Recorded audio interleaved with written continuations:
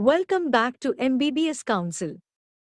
In this video, we are going to see the last year's MBBS state quota cutoff for open category in Andhra Pradesh State government colleges.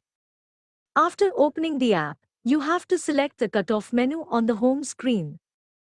After selecting that, you have to select state quota option. When you select it, a list of colleges will be displayed. You can also use the filter option which is present below the screen to show only government colleges or private colleges. After selecting that, we can choose any of the names to know the cutoff details. In this video, I'm selecting Siddhartha Government Medical College. Here you can see the open category cutoff including score cutoff, All India rank cutoff, as well as state rank cutoff.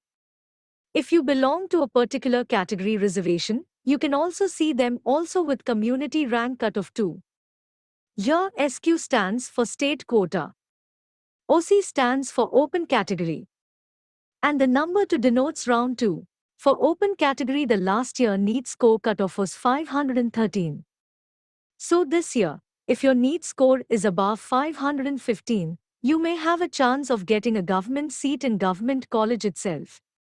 If you have not installed MBBSCouncil app, you can install from Play Store by clicking the link in the description below. See you in another video.